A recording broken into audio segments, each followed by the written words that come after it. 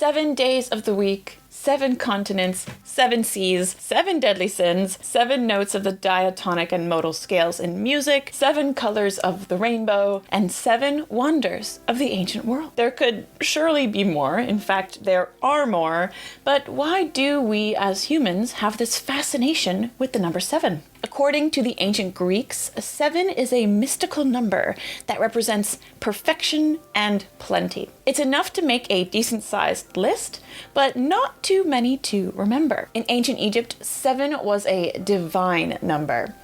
Pharaohs ordered lists in 7s and multiples of 7s and in measurements, and there were 7 palms in 1 cubit. It seems we've always had a fascination with the number 7. It appears in ancient myths such as Aeschylus's play 7 Against Thebes, written in 467 BCE. The idea of seventh heaven has its origins in ancient Mesopotamia, and there are the oh-so-famous 7 hills of Rome. According to the Christian Bible, we have 7 days in a week because the Christian God created the world in 6 days and rested on the 7th. In the ancient world, the 7-day week was based on the planets that could be seen with the naked eye. The sun, the moon, Mercury, Venus, Mars, Jupiter, and Saturn. Yes, they called the sun and the moon planets.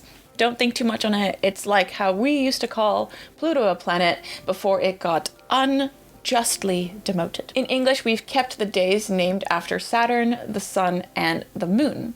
In other languages, like French, the others are preserved as well. So we've got mardi, Mars, mercredi, Mercury, jeudi, Jove, the other name for Jupiter, and vendredi, Venus. What's interesting is that some of the official 7 wonders of the ancient world can be related to the planets, though there's nothing anywhere that confirms this is why they made the list. The Colossus of Rhodes is Helios, the sun god. Artemis was later associated with the moon. The Mausoleum of Halicarnassus has carvings depicting battle scenes on them. Bit of a stretch, but we can relate that to the Roman god of war, Mars, or Ares in ancient Greece. Mercury, or Hermes, was the messenger of the gods and was associated with travel. What does a lighthouse do?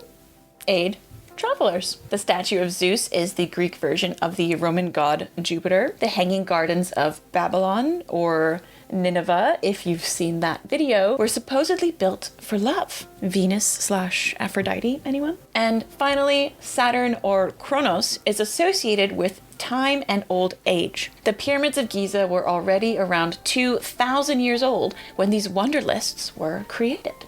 Coincidence? Honestly, probably, because people made lists naming other wonders. Okay, this is probably one of those, if you're looking for it, you'll find it sort of thing, like the number 23. But that brings me to what I want to talk about in this video. Now that we have finally completed our official journey through the 7 wonders of the ancient world, we're going to go through all of the other ancient wonders that other authors put on their lists that didn't make it to the final 7. Why? Because I think they deserve their time in the spotlight as well. From the 2nd century BCE onwards, as we talked about in the first video of this series, there was a variety of 7 wonders lists. The first actual mention of a wonders list comes from Diodorus Siculus in the 1st century BCE, where he describes the great obelisk of the legendary queen Semiramis, who is thought to be based on the historical queen regent of the Assyrian Empire,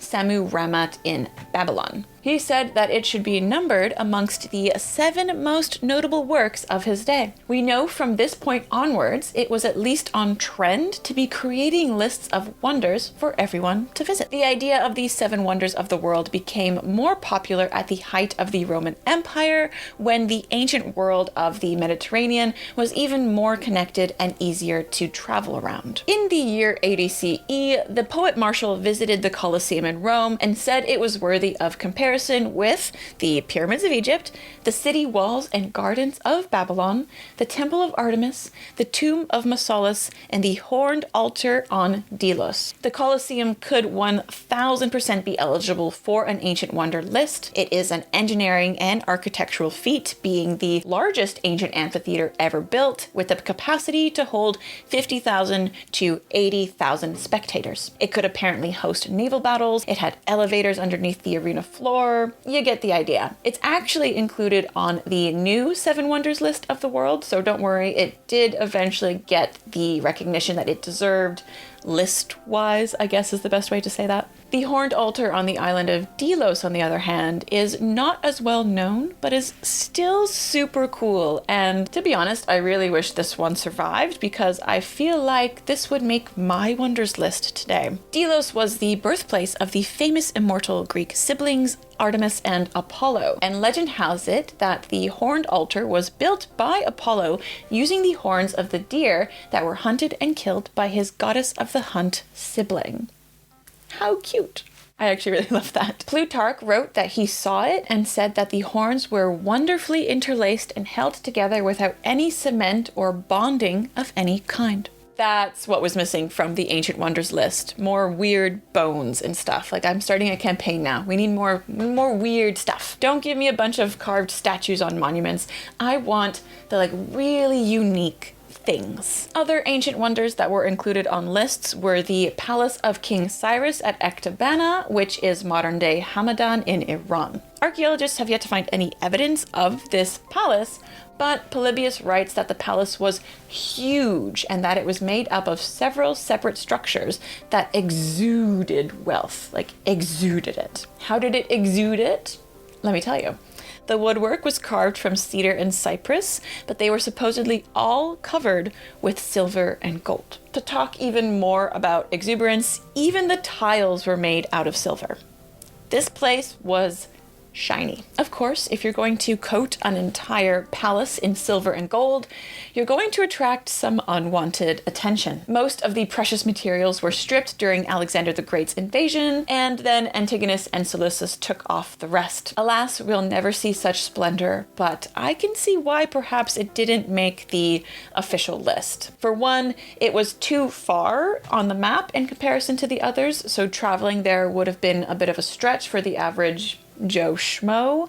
And secondly, it seems that it was just big and shiny. There was nothing technologically astounding to write home about. Other than that, during the time of the early Roman Empire, other additions to wonders lists were mostly achievements of the Roman world, like the Capitol at Rome. This makes a lot of sense because, of course, you want to update these lists as time goes by, and Roman authors want to, obviously, hype up the Roman Empire. The capital of Rome was included on the Venerable Beads list, which I think might be my favorite list out of everyone who made a list. Alongside the capital, the Temple of Artemis, the Pharaohs of Alexandria, and the Colossus of Rhodes, he included a supposedly floating iron statue of Bellerophon on horseback that hung over an unnamed city, suspended by nothing other than magnetic stones that were placed in vaults. Magic floating